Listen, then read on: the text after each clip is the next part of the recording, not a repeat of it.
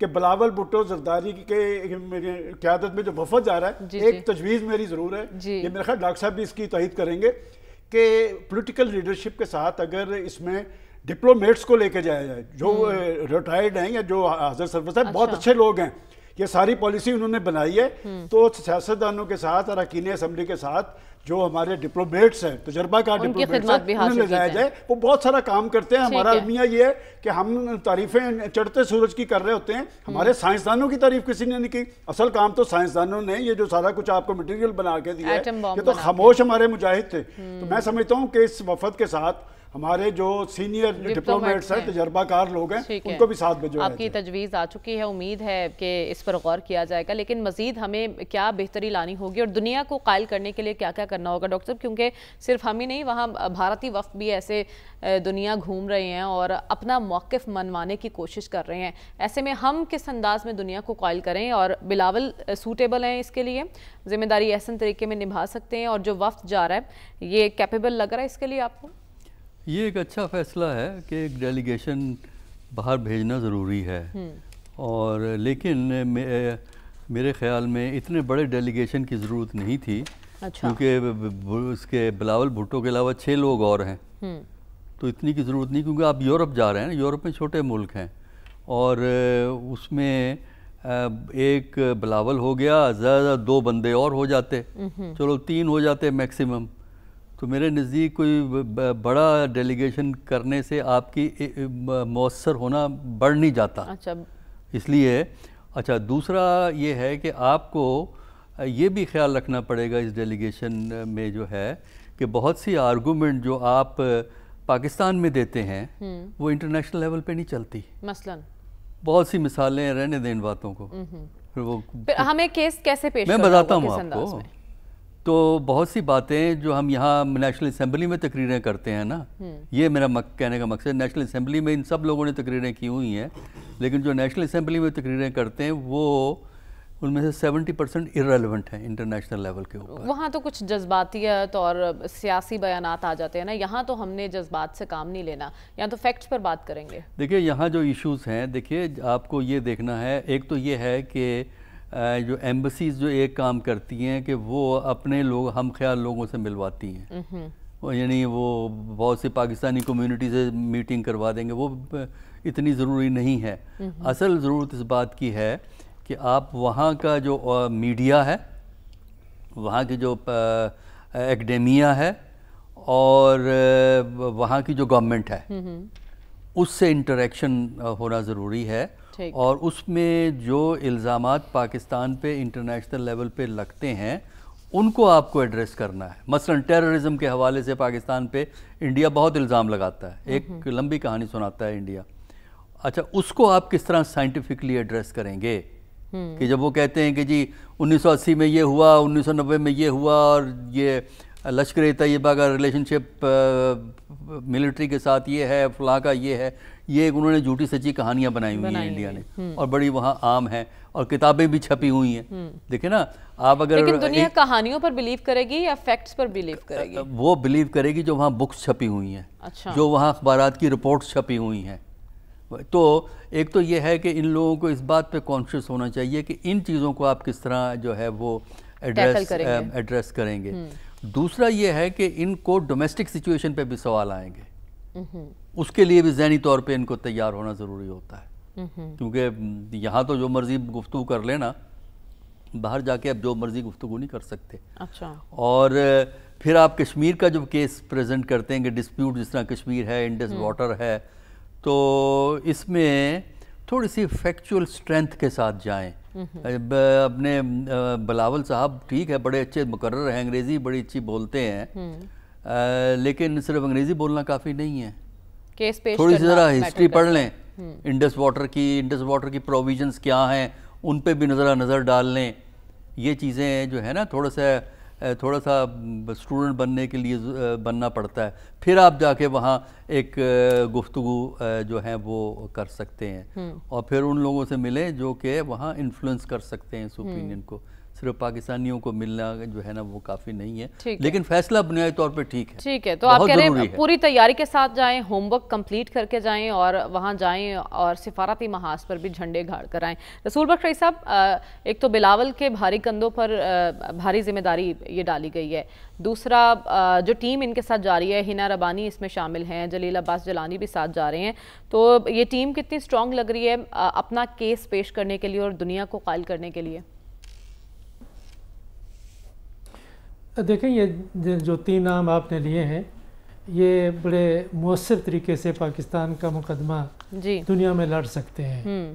ویسے تو خرم دستگیر صاحب بھی ہیں، مصدق ملک بھی ہیں ساتھ، شہری رحمان، تہمینہ جنجوہ بھی ہیں، فیصل سبزواری بھی ساتھ جا رہے ہیں.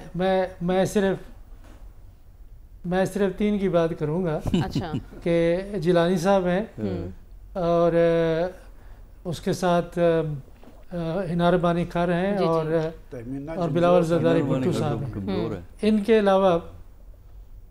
کے علاوہ میں نہیں سمجھتا کہ ان کی ضرورت ہے اس ڈیلیگیشن میں جانے کی. ان کے ذمہ کوئی اور کام بھی یہاں پہ لگائے جا سکتے ہیں یا کسی اور جگہ ان کو بھیجا جا سکتا ہے.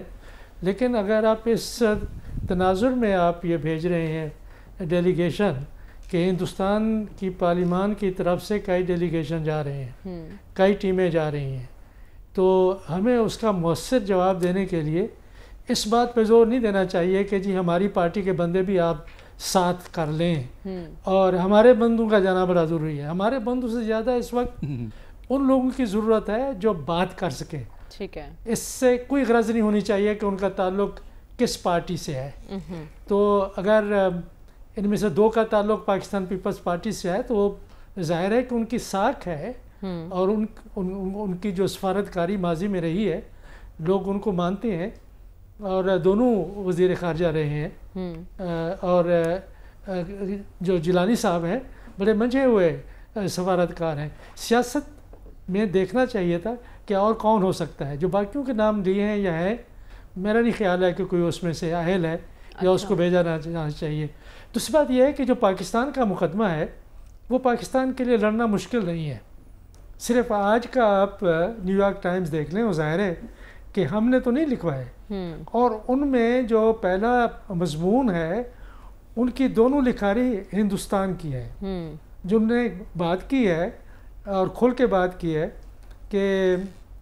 کہ جنگ کے میدان میں ہندوستان پاکستان کو نہیں ہرا سکتا اور ایسی جنگیں جاری شروع کرنی ہی نہیں چاہیے.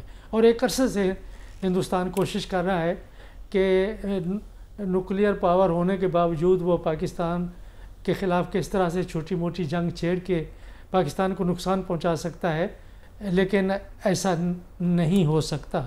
اور یہ ہے کہ جو ابھی حالیہ جنگ ہوئی ہے اس میں مور اور لیس پلڑا اگر بھاری نہیں پاکستان کا تو برابر رہا ہے اور ہندوستان کو کافی نقصان پہنچا ہے.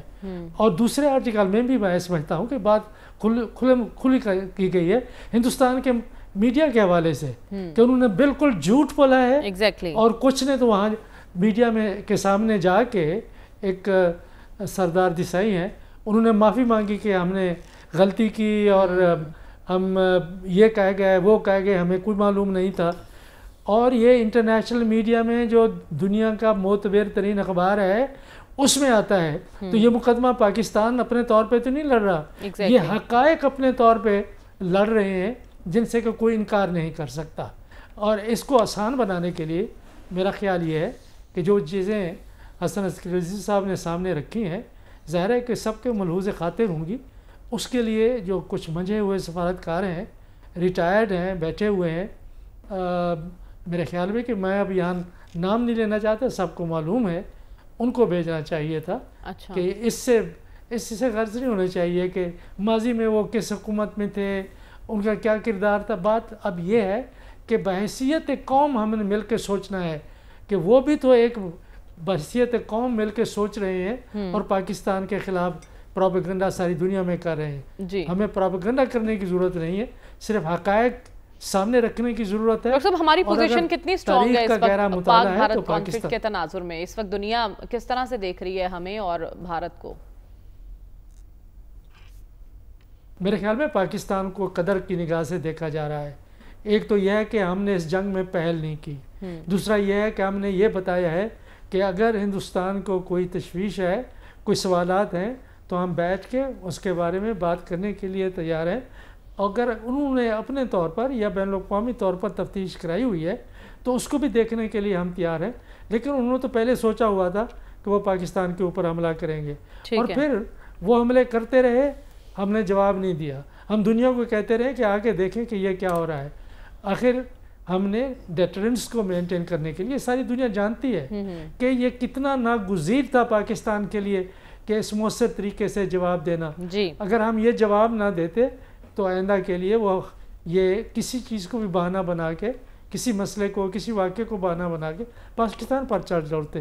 تو یہ میرا خیال میں کہ پاکستان کے موقف کو سمجھا جا رہا ہے، لیکن موقف کو سمجھا جا رہا ہے. اور دوسرا بھارت کو باز رکھنا کہ وہ مزید جارحیت نہ کرے اور آبی جارحیت سے گریز کرے، یہ حماقت نہ کرے. اس کے لیے ہمیں کس انداز میں اپنا کیس پیش کرنا ہوگا؟ خواجہ صاحب میں آپ سے جاننا چاہتی ہوں کہ اس مشق سے ہم حاصل کیا کرنا چاہتے ہیں، اور لوگوں کو بتا کے، دنیا کو سمجھا کے ہم کس پوائنٹ پر انہیں قائل کرنا چاہتے ہیں؟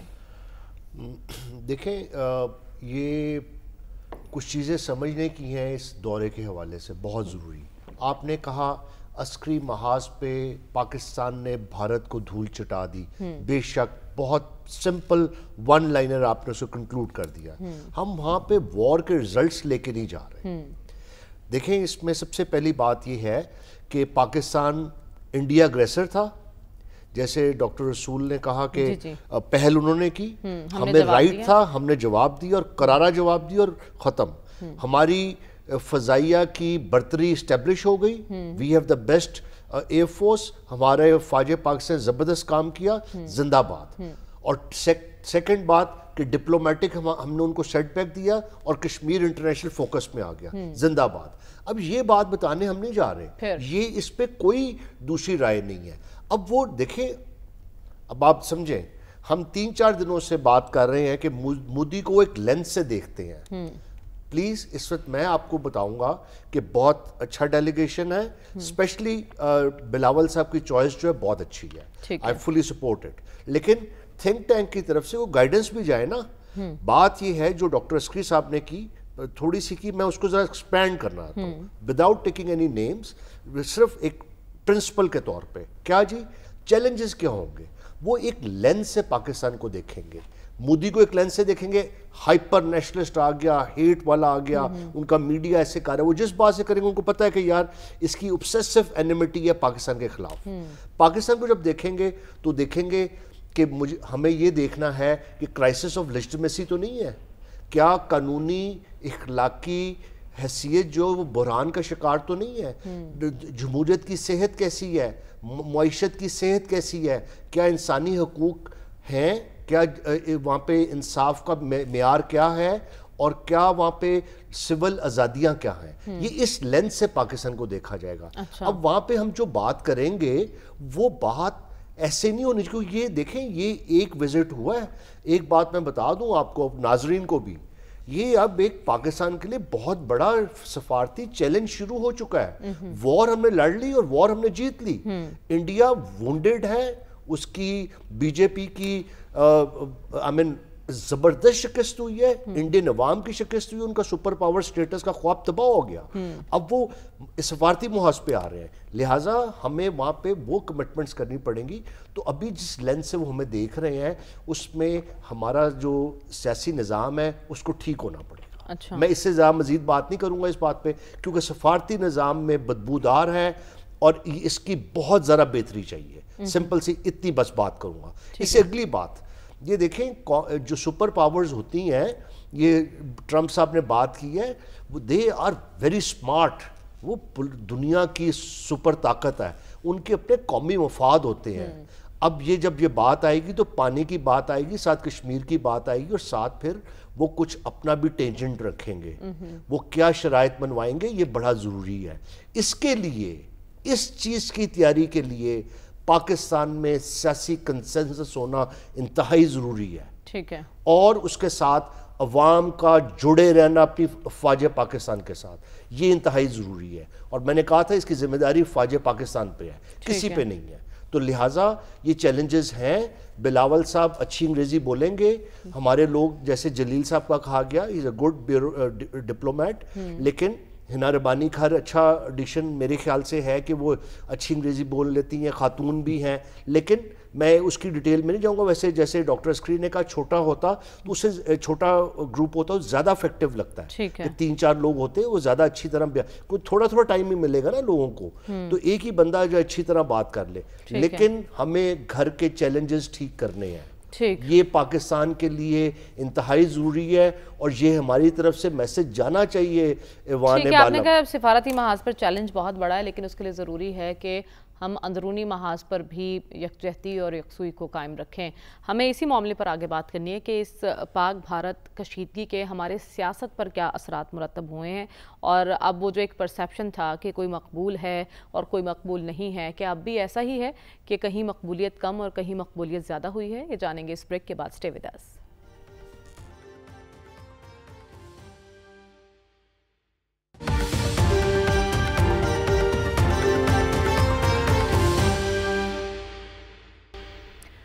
ویلکم بیک ناظرین. قومی سلامتی کے لیے پارلیمان نے ہر قسم کی سیاسی تقسیم کو بھلا کر یک زبان ہو کر قومی یکجہتی کا مظاہرہ کیا ہے, جسے بہت خوش آئند قرار دیا جا رہا ہے. لیکن اس کانفلکٹ کے دوران اور اس کے اثرات ہماری سیاست پر کیا ہیں, اور وہ جو پرسیپشن تھا کہ کوئی مقبول ہے اور کوئی مقبول نہیں ہے, کیا وہ پرسیپشن اب زائل ہو چکا ہے؟ اس پر ہم بات کریں گے. سلمان صاحب, کیا اثرات دیکھ رہے ہیں آپ حالیہ کشیدگی کے جو پاک بھارت کے درمیان کی ہماری سیاست پر؟ جو پاک بھارت ایک کشیدگی کا اگر کوئی فائدہ ہوا ہے تو پاکستان کے اندر جو سیاسی کشیدگی تھی وہ بہت حد تک کم ہوئی ہے.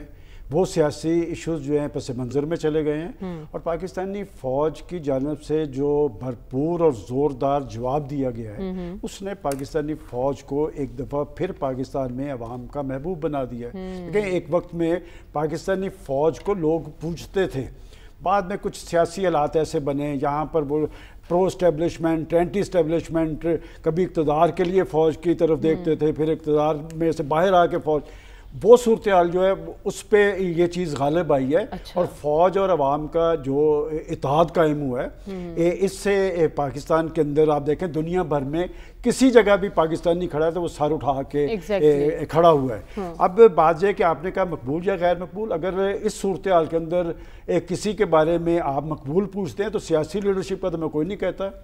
اس وقت بات تو سیاسی نہیں ہے, لیکن اگر سب سے زیادہ مقبول ہے تو وہ تو جنرل عاصم منیر صاحب اور ان کی فوج ہے, جس سے قوم نے اگر توقعات باندھی تو انہوں نے تو جناب آپ کو رزلٹس دے دیے, اور ایسا جواب دے دیا ہے کہ وہ میرے خیال بھارت ابھی تک وہ نفسیاتی کیفیت سے باہر نہیں آ سکا. پولیٹیکل فورسز کو ہمیشہ اپنی سیاست کو ریاست کے ساتھ منسلک رکھنا چاہیے. اگر آپ ریاست اور ریاستی اداروں پر اثر انداز ہونے کی کوشش کریں گے تو پھر مشکلات بنیں گی. یہ جو مقبولیت ہوتی ہے یہ دیر پا نہیں ہوتی, یہ ایشوز کے ساتھ ہوتی ہے. اور اب بھی جو پی ٹی آئی کا جس کا بات کر رہے ہیں, دیکھیں میں نے آپ کو یاد ہوگا کہ ہماری جو ٹرانسمیشن چل رہی تھی کہ پی ٹی آئی نے تائید اور حمایت ضرور کی ہے, لیکن وہ بھی رسم دنیا بھی ہے, موقع بھی ہے, دستور بھی ہے, وہ جس دل جمی سے کرنی چاہیے تھی نا ویسے نہیں کی. لیکن میں پھر بھی کہتا ہوں کہ ان کی تائید اور حمایت لیکن سلمان صاحب سینٹ سے قرارداد منظور ہوئی. وہ ریزولوشن دیکھیں یہ صرف آپ کے خیال میں یہ پاکستان کے اندر جو سینکڑوں کی تعداد میں لوگ سڑکوں پہ آ کے یکجہتی کا اظہار کر رہے ہیں, یہ پولیٹیکل فورسز نے کیوں نہیں کیا؟ یہ عام آدمی جو نکلا ہے, مختلف طبقات نکلے ہیں, مختلف تنظیمیں نکلی ہیں. دیکھیں فوج تو سرخرو ہوئی ہے, کیا پاکستان کی سیاسی قیادت بھی کبھی اپنی عوام کے سامنے سرخرو ہوگی؟ یہ بہت بڑا چیلنج آنے والے وقت کے اندر. دیکھیں محبت کبھی ایک طرفہ نہیں ہوتی, یہ دو طرفہ ہوتی ہے. اور جب بھی پاکستان کی سیاسی تاریخ میں فوج اور قوم کا جب بھی اتحاد ہوا ہے, فوج سرخرو ہوئی ہے, اور قوم جب پیچھے کھڑی ہوتی ہے فوج آپ کو رزلٹس دیتی ہے. بالکل, اور ہم نے دیکھا تھا کہ پچھلے کچھ دنوں میں, اور یہاں بارہا ڈسکس بھی ہوا, جیسے کہ ڈاکٹر صاحب آپ نے کہا ایک عدم وابستگی سیاست سے, اور جیسے پاکستانی عوام سیاست سے بیزار ہو گئی تھی. جیسے ہی یہ پاک بھارت کشیدگی ہوئی اور جس انداز میں ہم نے بھرپور جواب دیا, تو سیاسی لیڈرشپ کی مقبولیت اس سے متاثر ہوئی ہے آپ کو لگتا ہے؟ دیکھیں یہ آپ یہ نہیں ہے کہ ان کی فوج کی مقبولیت بڑھ گئی, سیاسی لیڈروں کی کم ہوگی, سیاسی لیڈروں کی بڑھے گی تو فوج کی کم ہو جائے گی. یہ اس طرح نہیں ہے. بات یہ ہے کہ جو یہ سیکیورٹی کا مسئلہ تھا اس کے حوالے سے ایک نیشنلزم ایمرج کرتا ہے, جو اس سے پہلے بھی ہم نے دیکھا ہے. پہلے کی جنگوں میں بھی ہم نے اس چیز کا مظاہرہ دیکھا ہے، اور ایک قومی یکجہتی کا مظاہرہ ہمیں نظر آیا. تمام پارٹیز نے سپورٹ جو ہے وہ کیا ہے، اور فوج پہ اعتماد جو ہے یہ بڑھا ہے. لیکن اس میں پرابلم یہ ہوتی ہے کہ یہ ایک ٹیمپریری فیز ہوتا ہے. اچھا. ہم نے پہلے بھی دیکھا ہے اور اب بھی دیکھا ہے. ہاں، صرف اس کو اگر آپ لمبا کرنا چاہتے ہیں تو اس سے پہلے کہ یہ جذبات ٹھنڈے ہوں اور ہم واپس پرانی پالیٹکس پہ جائیں، اس سے پہلے اگر کوئی سیاسی میدان میں جیسچرز دے دیے جائیں، اچھا، تو پھر اس سے یہ یونٹی زیادہ عرصہ چل سکتی ہے. ورنہ جب یہ سیاست کے معاملے اوپر آئیں گے اور وہی سیاست کا انداز رہا جو پہلے تھا، تو پھر سیاست اسی انداز سے چلے گی جس انداز سے پہلے چلتی رہی. آپ کو لگتا ہے اب تک کوئی جیسچر دیا جو وزیر اعظم نے آفر کی؟ تقریر ہوئی ہے، بیان ہوا ہے. بیان جیسچر میں اور بیان میں فرق ہوتا ہے. بیان تو پہلے بھی ہوتے رہے ہیں، تو لیکن یہ ہے کہ جیسچر آج تک نہیں دیا. تو اس لیے ہمیں نہیں معلوم کہ کیا اس چیز نے جو اتنی سپورٹ اسٹیبلشمنٹ کو ملی ہے، ملٹری اسٹیبلشمنٹ کو ملی ہے، کیا اس سے اتنا اعتماد پیدا ہوا ہے کہ وہ پولیٹیکل اکوموڈیشن کی سوچیں؟ یہ بڑا اہم سوال ہے. ٹھیک ہے. اور اس کا ابھی تک تو کوئی ایویڈنس نہیں ملا ہے. اور ہمیں دیکھنا ہے کہ کیا اکوموڈیشن آپ کرنے کو تیار ہیں.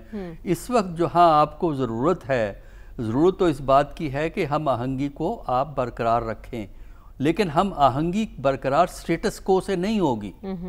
یعنی اگر آپ یہ سمجھتے ہیں کہ معاملات جو عدالتوں میں ہیں وہ اسی طرح چلتے رہیں، جو جھگڑے ہیں اسی طرح قائم رہیں، اور نیشنل یونٹی قائم رہے، تو یہ ہوگا نہیں.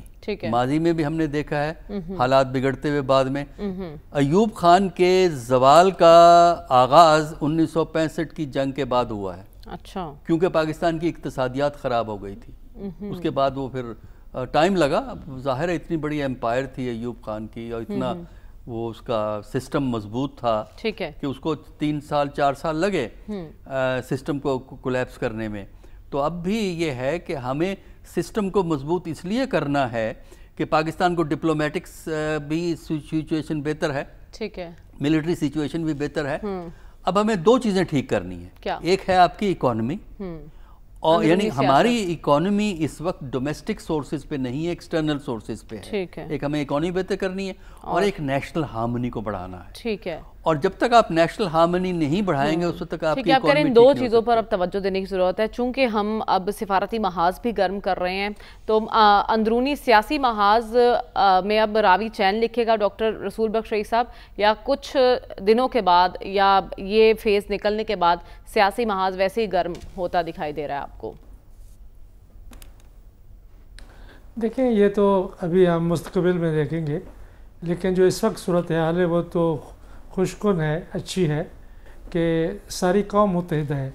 ہمیں ماضی کے تضادات میں اس وقت تو نہیں پڑنا چاہیے. جو کشمکش رہی ہے اس کو ماضی میں پھینک دینا چاہیے. حال میں ہم نے دیکھا ہے کہ جب ایک بہت بڑا خطرہ قوم کو درپیش آیا تو سب نے اکٹھا ہو کے اس کا مقابلہ کیا. ہمیں اب اس انداز میں نہیں دیکھنا چاہیے کہ کس سیاسی جماعت نے کتنا حمایت کی، کس کی. سب کی حمایت ملک کی بقا کے لیے ہے. سب کی حمایت، فوج کی قربانیاں ملک کی بقا کے لیے ہیں. عوام کی حمایت ملک کی بقا کے لیے ہے. سیاسی جماعتوں کا اکٹھا ہونا اور تمام اپنے اختلافات کو ختم کرنا یا بھلا دینا کچھ عرصہ کے لیے، یہ ملک کی بقا کے لیے، سلامتی کے لیے ہے، امن کے لیے ہے. اور اس سے ہم ایک مضبوط قوم کی حیثیت سے ہر جنگ میں، ماضی کی طرح ہر لڑائی میں، جب بھی ہندوستان کی طرف سے ہمارے اوپر کوئی جنگ مسلط کی گئی تو ہم نے بالکل سیسا پلائی دیوار کی طرح کھڑے ہو کے اس کا مقابلہ کیا ہے. تو یہ ایک روایت، اچھی روایت ہے قومیت پرستی کی، وہ قائم ہے. اب آگے کیا ہوگا اس کا فیصلہ میرا خیال ہے کہ جو مقتدر اور طاقتور حلقے ہیں انہوں نے کرنا ہے کہ کیسے ہم نے استحکام پیدا کرنا ہے. کہ یہ ایک لمحہ فکریہ ہے، یہ اتحادی جماعتوں کے لیے جو حکومت میں ہے، حزب اختلاف کی سیاسی جماعتوں کے لیے، اور ہماری مقتدرہ کے لیے کہ ہم نے ماضی میں جانا ہے یا حال سے ایک اچھے حال سے ایک اچھے مستقبل کی طرف سفر کرنا ہے، اور اس ہم آہنگی کو برقرار رکھنے کے لیے ایک دوسرے سے مشاورت، ایک دوسرے کی ٹھیک ہے، آپ کہہ رہے یہی وقت ہے فیصلہ کرنے کا کہ اب ہمیں آگے بڑھنا ہے اور کس انداز میں آگے بڑھنا ہے۔ خواجہ صاحب، آپ کی نظر میں کیا سیاسی ایشوز پس منظر میں چلے گئے ہیں یا پھر سیاسی استحکام کا سوال ابھی بھی اپنی جگہ پر قائم ہے؟ انتہائی اچھا کویسچن ہے جی۔ سیاسی ایشوز واقعی پس منظر میں گئے، اور اس کی وجہ یہ تھی کہ پاکستان کی عوام نے کیا زبردست طریقے سے پاکستان فوج کے ساتھ رومانس کیا اور ان کے پیچھے کھڑے ہوئے، کیا بچے، کیا خواتین، کیا بزرگ اور کیا جوان، ایک ایسی یونٹی بنی کہ دنیا شش کر اٹھی۔ سیاسی ڈیفرنسز ایک سائڈ پہ رکھے، میں یہاں کلیئرٹی سے بتا دوں، سیاسی ڈیفرنسز اسی طرح ہی پڑے ہیں، لیکن وہ پس منظر میں چلے گئے۔ اب اگلا سٹیپ کیا ہے؟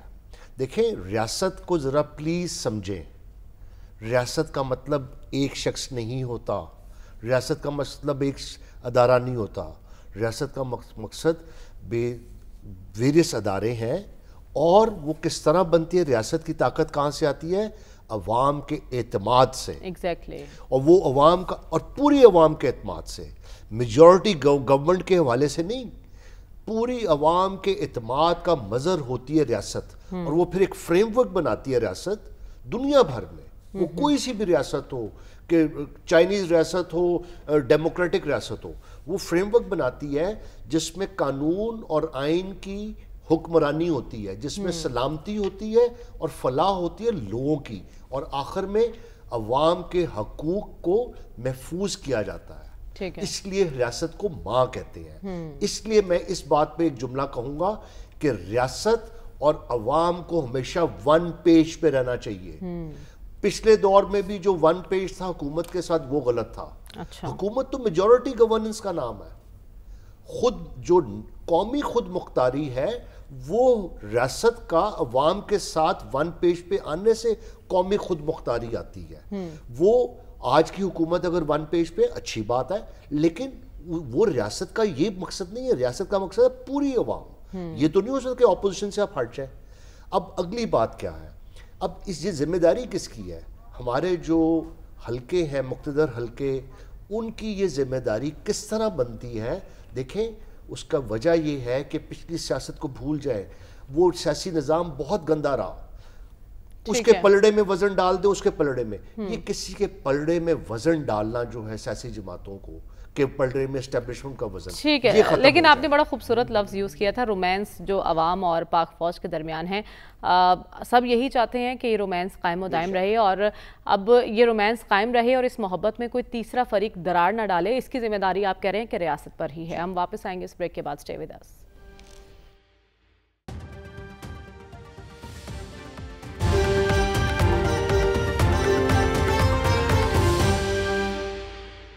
پروگرام کا وقت ختم ہوا چاہتا ہے، ہمیں اجازت دیجیے، اللہ حافظ۔